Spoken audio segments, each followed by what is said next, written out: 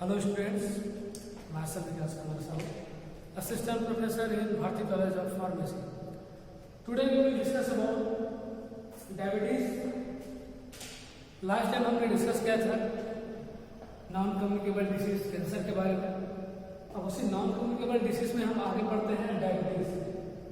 Diabetes क्या होता है उसके बारे में पढ़ेंगे, उसके कितने प्रकार होते हैं, उसके कारण क्या है और उसके प्रिवेंशन एंड कंट्रोल पढ़ेंगे।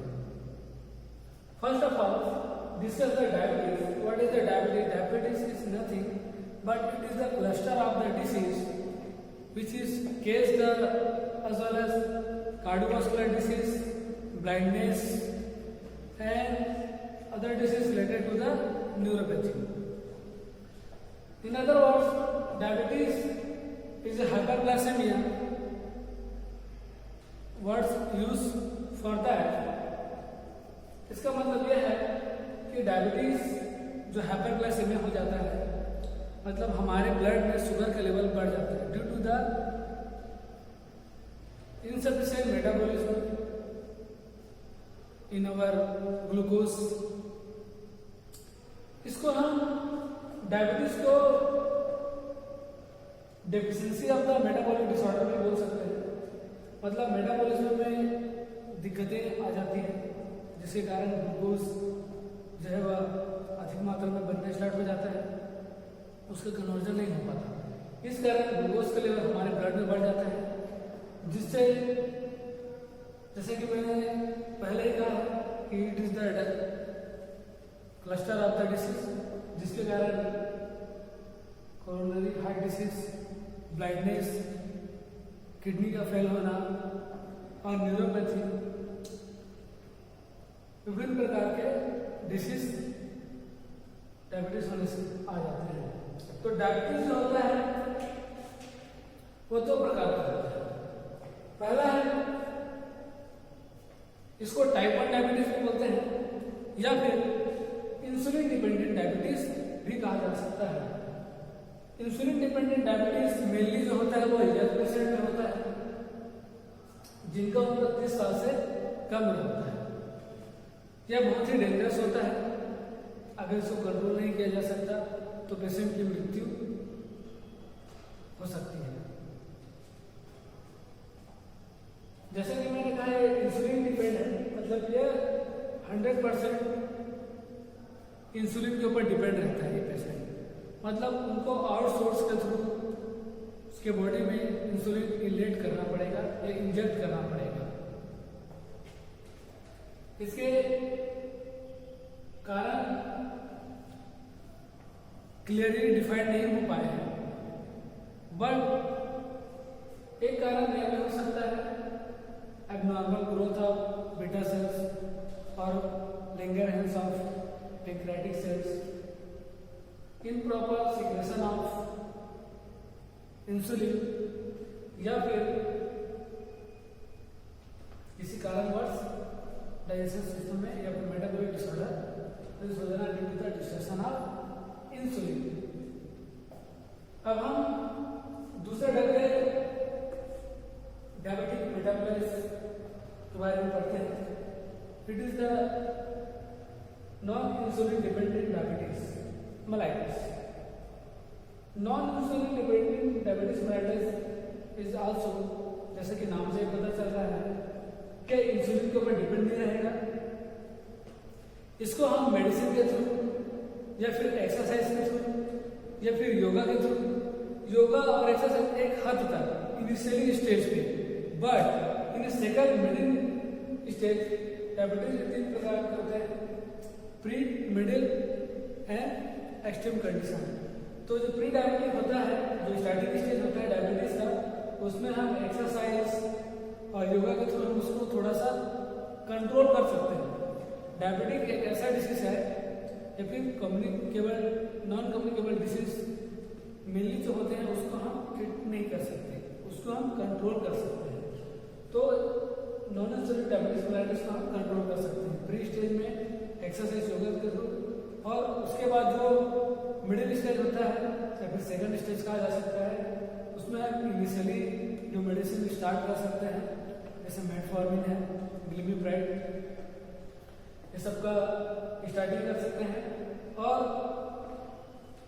लास्ट स्टेज में इंसुलिन विद मेडिसिन दोनों इंक्लूड करके पेशेंट को दिया जा सकता है due to the recover of the neuropathy और blindness in the organ production.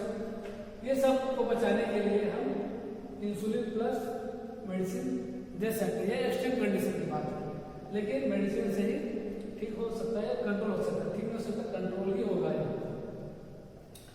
यह जो नॉन इंसुलिन डायबिटीज है, इसको हम कॉमन डायबिटीज भी कहते हैं। यह अधिकतर होता है, और जो इंसुलिन डिपेंडेंट डायबिटीज है जो यंग पेशेंट में देखा गया है वो बहुत रेयर ही मिलता है, लेकिन जो नॉन इंसुलिन डिपेंडेंट है वो कॉमन है, और मेनली पेशेंट में यही टाइप 2 डायबिटीज पाया जाता है। ये जो मिडिल एज या फिर ओल्ड एज में होता है, more than 40 years, more than 40 years जो पेशेंट रहते हैं, जिससे 40 से अधिक उम्र है, उनमें ही टाइप 2 डायबिटीज मेलाइटस देखा जाता है।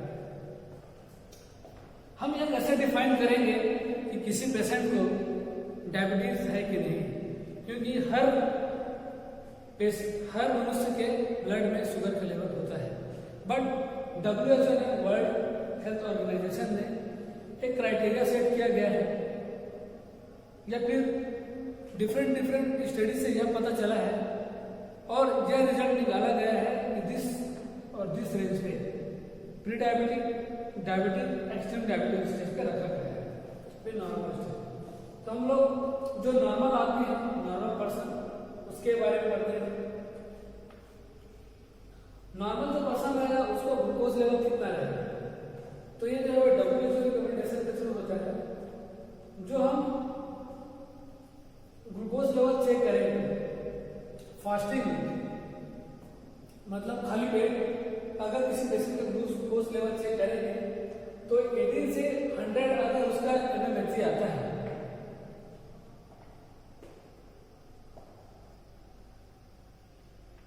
शुगर लेवल आता है 80 से 100, तो वह नॉर्मल पेशेंट कहलाएगा। और जैसे ही खाया उसके 10 मिनट बाद अगर उसका ग्लूकोज लेवल चेक करेंगे तो उसके बॉडी में जो ग्लूकोज लेवल है, जो ब्लड में ग्लूकोज का लेवल है, 170 से 200 तक होना चाहिए। बट आफ्टर 3 आवर्स,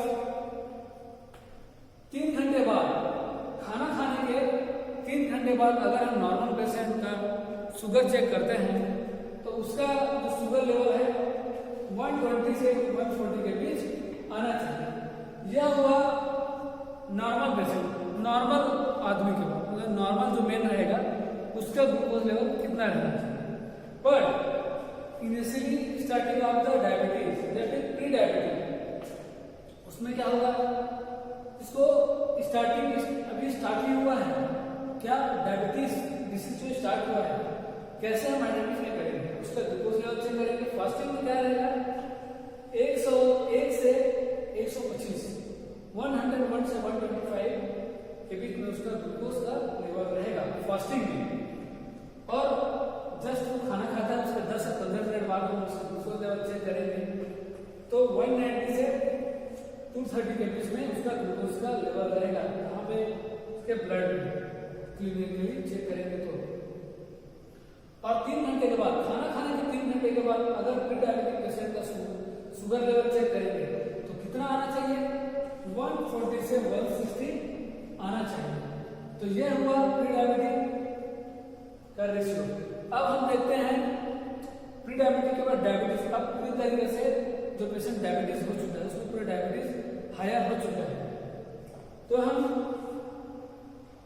अगर उसको फास्टिंग ग्लूकोज चेक करें तो कितना आएगा, 126 प्लस रहेगा, मतलब 126 के ऊपर ही रहेगा इसमें फास्टिंग स्टेज में। बट वो खाना खाने के बाद 10 मिनट बाद अगर हम चेक करते हैं तो उसका ग्लूकोज लेवल क्या है उसके बॉडी में, 220 से 300 ग्लूकोज लेवल रहेगा उसके बॉडी में। But after the 3 hours fasting the glucose level is more than 200। मतलब अगर डायबिटीज पेशेंट है तो उसका फास्टिंग अगर ग्लूकोज लेवल चेक करेंगे तो 126 के प्लस रहेगा, और उसका तुरंत 10-15 मिनट बाद हम चेक करते हैं खाना खाने के बाद तो 220 से 300 ग्लूकोज लेवल रहेगा। और 3 घंटे बाद, जो आइडियली 3 घंटे बाद किया जा सकता है, पहले फास्टिंग ग्लूकोज लेवल चेक करते हैं, उसके बाद 3 घंटे बाद करते हैं, उसका लेवल क्या रहेगा, 200 से ऊपर रहेगा इसका डायबिटिक पेशेंट का। ये तो वो WHO का। अब हम देखते हैं कौन कौन से कारण है जिसके कारण पेशेंट को डायबिटीज हो सकता है। सबसे पहले हम देखते हैं पेंक्रियास डिसीज। अगर किसी कारणवश पेंक्रियास में कोई डिसीज हो जाता है, जस्ट लाइक कैंसर या फिर एबनॉर्मल ग्रोथ ऑफ पेंक्रियास या फिर other disease which is effect on the pancreas, तो जो इंसुलिन कहां से सीक्रेट होता है, Langerhans of the beta cells. Beta cells से सीक्रेट होता है insulin which is responsible for the conversion of the glucose, जो कि हमारे ब्लड में जो ग्लूकोज का लेवल होता है उसको कम करने का काम करता है। सीधा सिंपल भाषा में बोला जाए तो पेंक्रियास में अगर डिसीज हो जाएगा तो क्या होगा, इंसुलिन का जो सिंथेसिस है वो कम हो जाएगा। इंसुलिन का बनना हमारे बॉडी में कम होगा, जितना रिक्वायरमेंट रहता है उससे कम हो जाएगा। उससे क्या होगा, इंसुलिन का लेवल कम हो जाएगा तो ग्लूकोज का लेवल बढ़ जाएगा, क्योंकि insulin is the responsible for the decrease the glucose level in our body. So यह कारण किस कारण होता है, पेंक्रियास में डिसीज हो गया तो उसका जो number of the beta cells वो क्या हो जाएगा, डिक्रीज हो जाएगा, जिसके कारण इंसुलिन सीक्रेशन कम होगा। यह तो वो पहला कारण। दूसरा देखते हैं हेरेडिटी। हेरेडिटी क्या है, अनुवांशिकी। मतलब यह जो डिसीज है डायबिटीज का अनुवांशिकी अपने पेरेंट्स से किसी पेशेंट को मिला रहता है, मतलब वो माता पिता के थ्रू ट्रांसफर होके चाइल्ड को हो जाता है। एक एज के बाद वह साइन सिम्टम्स एलिब्रेट करते हैं या दिखाई देते हैं, ठीक है। तो heredity is also responsible for diabetes. Sedentary lifestyle is also responsible for the diabetes because of the lifestyle affect your all organs activity, so that decrease the exercise is case of diabetes। तो अगर आप exercise नहीं करेंगे, योगा नहीं करेंगे, प्राणायाम नहीं करेंगे तो आपका माइंड फ्रेश नहीं रहेगा, उसके साथ साथ आपके बॉडी एक्टिविटी नहीं होगा, जिसके कारण ग्लूकोज का कन्वर्जन नहीं हो पाएगा, है ना। तो मेटाबॉलिक डिसऑर्डर है, तो मेटाबॉलिज्म डिसऑर्डर है, इसके कारण मेटाबॉलिज्म प्रॉब्लम आ जाएगा, जिससे कारण डायबिटीज हो सकता है। चौथा देखते हैं diet. Diet is also responsible for the diabetes due to the increase the carbohydrate to our diet and fat. मतलब कार्बोहाइड्रेट का अगर फैट का हम अधिक से अधिक इंटेक करते हैं तो चांसेस हो सकते हैं कि किसी भी नॉर्मल इंसान को डायबिटीज हो सके। Obesity is also responsible for the diabetes. Obesity क्योंकि उसमें फ्री फैट्स हैं वो अधिक हो जाएंगे, और जैसे कि फैट्स अधिक हो जाएंगे तो क्या है, जो इंटॉलरेंस बढ़ जाएगा बॉडी में, ग्लूकोज इंटॉलरेंस, जिसके कारण ग्लूकोज का लेवल हमारे किसी भी पेशेंट के बॉडी में बढ़ जाएगा, जिससे डायबिटीज के होने के चांसेस अधिक से अधिक बढ़ सकते हैं। Infection, infection with the virus. अगर किसी पर्टिकुलर वायरस का इन्फेक्शन हो रहा है किसी पर्टिकुलर मनुष्य को, तो उसके कारण भी डायबिटीज होने के चांसेस रहते हैं। जैसे rubella virus and mumps virus. Rubella virus और मम्प्स वायरस अगर किसी पर्सन को इफेक्ट करता है लंबे समय तक, तो उसको एक चांसेस है वो आगे चलकर डायबिटीज हो सकता है। उसके बाद सोशल फैक्टर। सोशल फैक्टर में क्या करता है? सोशल फैक्टर में ऑक्यूपेशन आ सकता है, सोशल इकोनॉमिक कंडीशन आ सकता है, लाइफ स्टाइल आ सकता है और उसका मैरिटल स्टेटस आ सकता है। तो ऑक्यूपेशन इज आल्सो रिस्पॉन्सिबल, क्योंकि आप कहाँ पे काम कर रहे हैं, किस तरह के एरिया में काम कर रहे हैं, आपका खाना पीना कैसा है ना। Economic condition, status and life style is also responsible for the diabetes.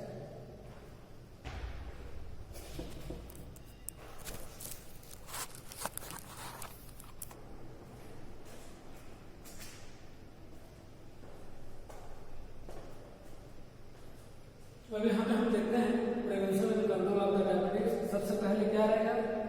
सबसे पहले खुद हम क्या करेंगे? बॉडी वेट को मेंटेन करेंगे। मैंने बताया था obesity is responsible for the diabetes, so we are the maintain our body weight. Avoid the alcohol, tobacco avoid करेंगे, टोबैको अल्कोहल को। सेल्फ केयर करेंगे, अच्छे से एक्सरसाइज करेंगे, है ना, योगा करेंगे, डाइट लेंगे।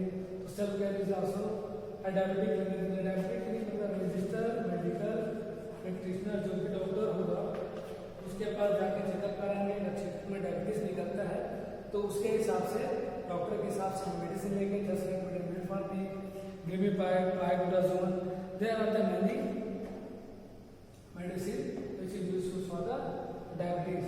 और इससे रिलेटेड गवर्नमेंट ने 1987 में नेशनल डायबिटीज कंट्रोल प्रोग्राम भी चलाया था, जिसको पेशेंट को आइडेंटिफाई करना, उसके क्लिनिकल टेस्ट करना और उसका ट्रीटमेंट करना, यह गवर्नमेंट द्वारा चलाया गया था। इससे रिलेटेड कोई भी अगर आपको कुछ क्वेरीज हैं प्लीज कमेंट बॉक्स में कमेंट कीजिए। Thank you.